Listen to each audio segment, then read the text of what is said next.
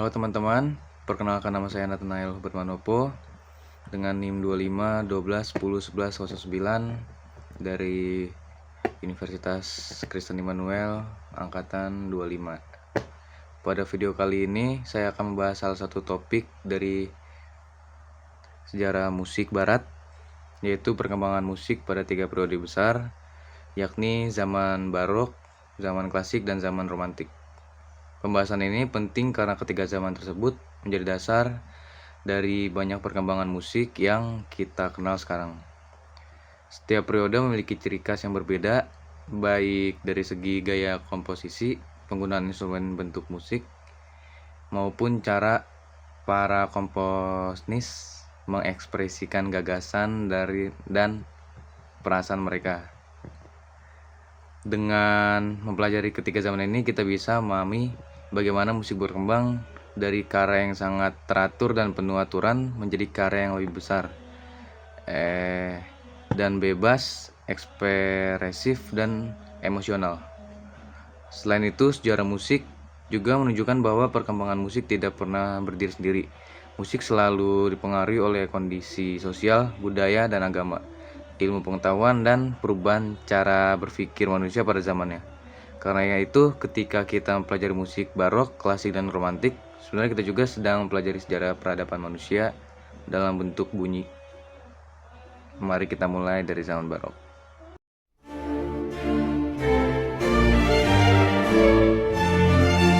Zaman barok berlangsung sekitar 1600 sampai 1750.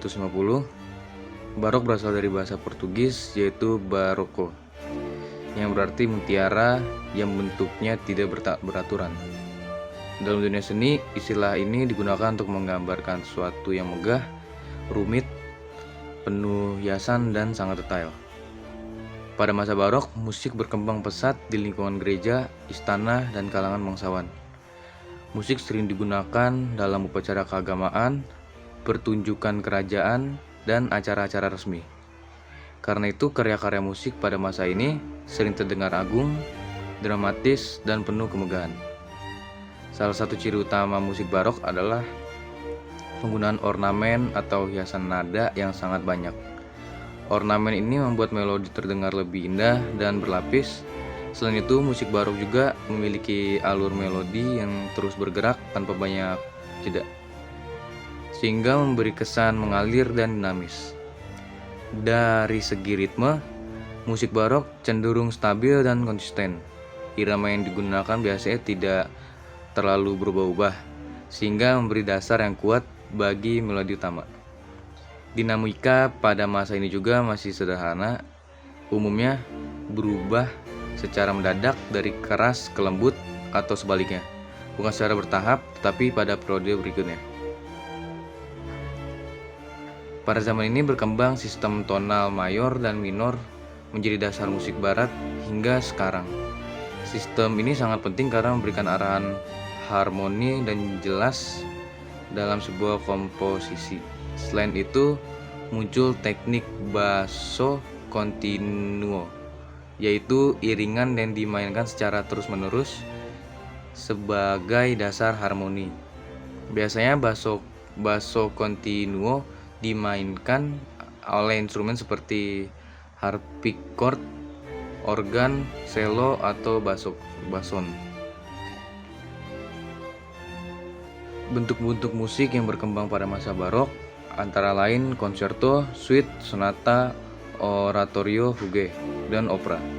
Opera sendiri menjadi salah satu pencapaian besar pada masa ini karena menggabungkan musik, drama, kostum, dan pertunjukan panggung dalam satu kesatuan seni. Dalam musik instrumental, concerto grosso menjadi bentuk yang sangat populer. Bentuk ini memperlihatkan dialog antara kelompok kecil instrumen dengan orkestra yang lebih besar. Sementara itu, fugue menunjukkan kemampuan komposer barok dalam pengolahan tema musik secara kompleks dan terstruktur. Beberapa tokoh penting pada zaman barok adalah Johann Sebastian Bach, George Friedrich Handel, dan Antonio Vivaldi. Johann Sebastian Bach dikenal sebagai salah satu komponis terbesar dalam sejarah musik barat. Karyanya yang sangat kaya secara teknik dan harmoni. Bach terkenal melalui karya-karya seperti Brandenburg Concertos dan Well Tempered Clavier, Toccata and Fugue in D minor, serta Mass in B minor. Musik Bach sering dianggap sebagai puncak dari seni polifoni, yaitu teknik menyusun beberapa melodi yang berjalan bersama secara harmonis.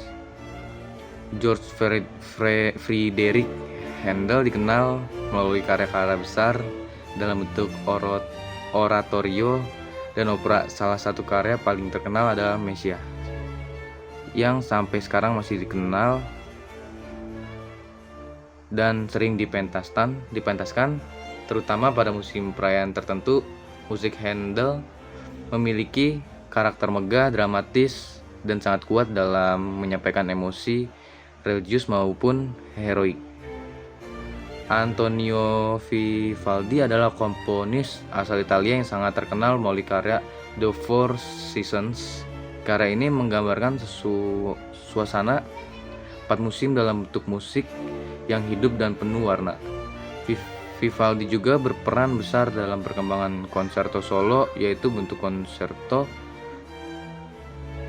yang menonjolkan satu instrumen utama sebagai pusat perhatian. Secara keseluruhan, zaman barok dapat dikatakan sebagai masa yang sangat penting karena meletakkan dasar-dasar teknik komposisi musik barat.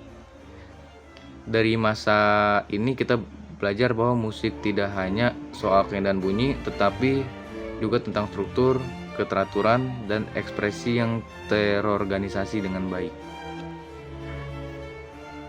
Setelah zaman barok berakhir, muncullah zaman klasik yang berlangsung sekitar tahun 1750 hingga 1820. Periode ini sering dianggap sebagai masa yang menekankan keseimbangan, kesederhanaan, dan kejelasan bentuk dalam musik. Berbeda dengan barok yang penuh ornamen dan kerumitan, musik klasik lebih mengutamakan keteraturan dan proporsi yang seimbang. Kalimat musik dibuat lebih jelas, lebih singkat, dan lebih mudah dipahami oleh pendengar. Karena itu, musik klasik yang sering terdengar yang ringan, elegan, dan struktur dengan baik. Perkembangan musik pada masa ini juga dipengaruhi oleh zaman pencerahan atau Enlightenment, yaitu masa ketika manusia mulai menekankan rasionalitas, logika, dan keteraturan dalam berbagai bidang kehidupan. Pengaruh ini terlihat jelas dalam musik, di mana komposer berusaha menciptakan karya yang lebih masuk akal secara bentuk dan lebih mudah dinikmati oleh masyarakat luas. Salah satu perkembangan penting pada masa ini adalah lahirnya perkembangan bentuk sonata, simfoni, quartet gesek, dan konserto dengan struktur yang semakin jelas.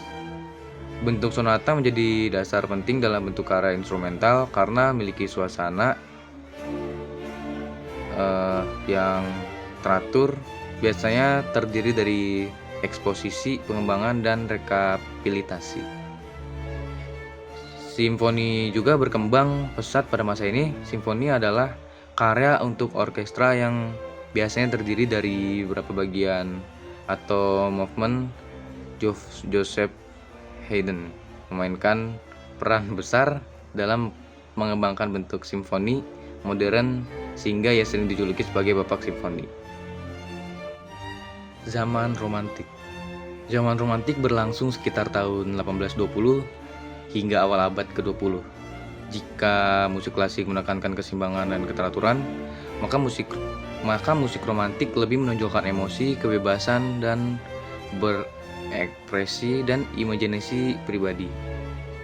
Pada masa ini, para komponis tidak lagi terlalu terikat oleh aturan bentuk yang ketat. Mereka lebih bebas menuangkan perasaan, pengalaman hidup, pandangan pribadi, bahkan inspirasi dari alam, sastra, legenda, dan peristiwa sejarah dalam musik. Karena itu musik romantik sering terdengar sangat emosional, dramatis, dan penuh warna. Salah satu ciri penting musik romantik adalah penggunaan ekspresi yang sangat kuat. Komposer berusaha membuat pendengar merasa suasana tertentu, seperti kesedihan, kerinduan, kegembiraan, ketegangan, atau semangat perjuangan. Musik tidak hanya menjadi hiburan, tetapi juga menjadi sarana untuk menyampaikan isi hati dan jiwa penciptanya. Pada masa ini, ukuran orkestra semakin besar. Penambahan jumlah instrumen membuat warna suara menjadi lebih kaya dan lebih beragam. Komposer juga mulai mengeksplorasi kombinasi bunyi yang baru untuk menciptakan efek dramatis yang lebih kuat. Dinamika dalam musik romantik menjadi sangat kontras, perubahan dari sangat lembut ke sangat keras atau sebaliknya. Digunakan untuk memperkuat emosi dalam karya. Selain itu, tempo juga menjadi lebih fleksibel. Komposer sering menggunakan rubato, yaitu kebebasan kecil dalam pengaturan tempo agar musik terdengar lebih ekspresif dan alami. Teknik permainan instrumen pada masa ini juga berkembang semakin kompleks.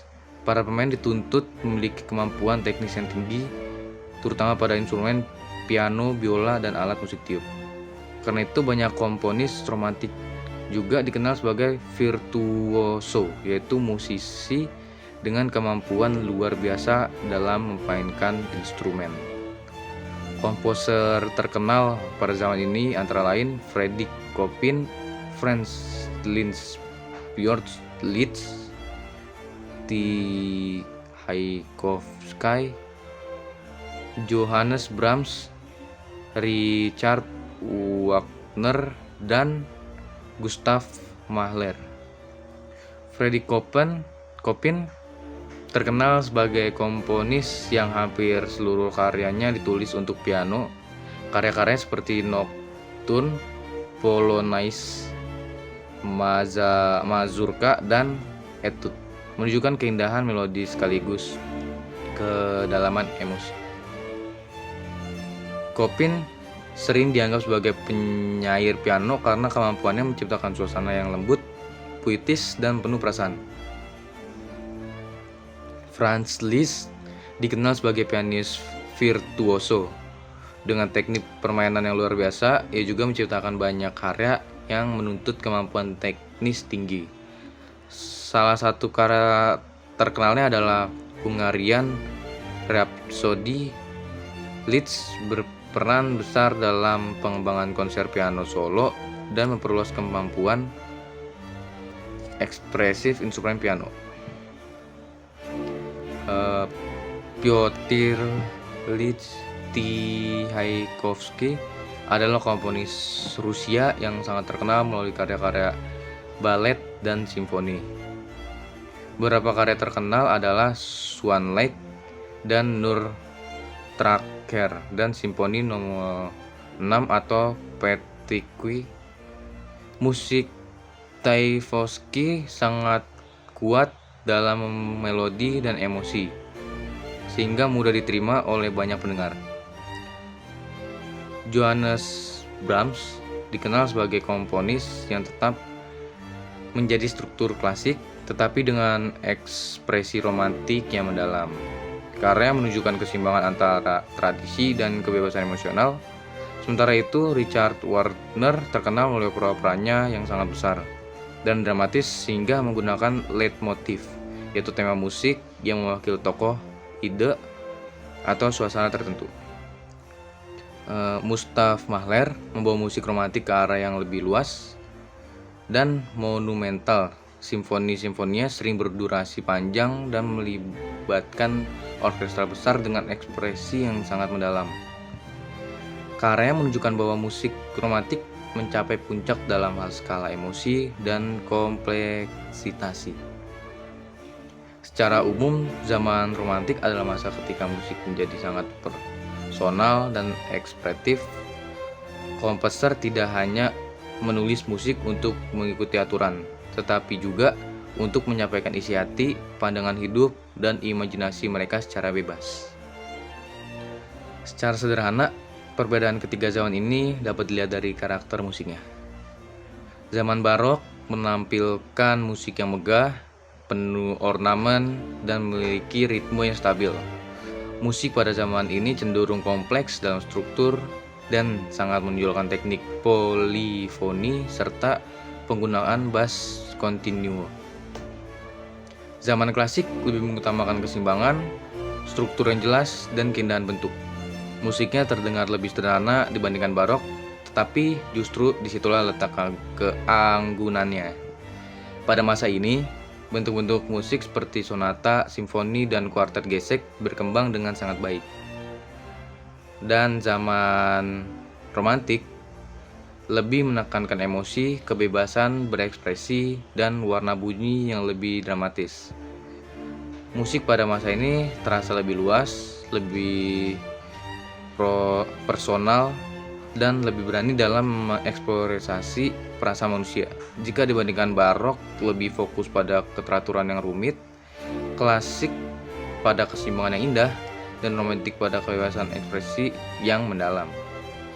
Ketiga periode ini saling berkaitan dan menjadi fondasi perkembangan musik barat hingga saat ini. Banyak teknik, bentuk, dan gagasan dari ketiga zaman tersebut masih digunakan, dipelajari, dan dikembangkan dalam musik modern.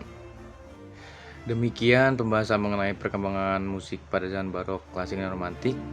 Melalui ketiga periode ini kita dapat melihat bahwa musik terus berkembang mengikuti perubahan zaman, budaya, dan cara manusia mengekspresikan dirinya. Dari barok yang megah dan penuh ornamen, klasik yang seimbang dan teratur, hingga romantik yang emosional dan bebas, semuanya menunjukkan bahwa musik adalah cerminan dari kehidupan manusia pada masanya. Mempelajari sejarah musik bukan hanya membantu kita mengenal nama-nama komponis besar, tetapi juga membuat kita lebih memahami bagaimana musik lahir, berkembang, dan memberi pengaruh bagi generasi berikutnya. Dengan begitu kita bisa lebih menghargai musik bukan hanya sebagai hiburan, tetapi juga sebagai bagian penting dari sejarah dan kebudayaan manusia. Semoga penjelasan ini dapat menambah wawasan mengenai sejarah musik dan memberikan pemahaman yang lebih dalam tentang perkembangan musik barat. Terima kasih telah menyimak dan sampai jumpa pada pembahasan berikutnya.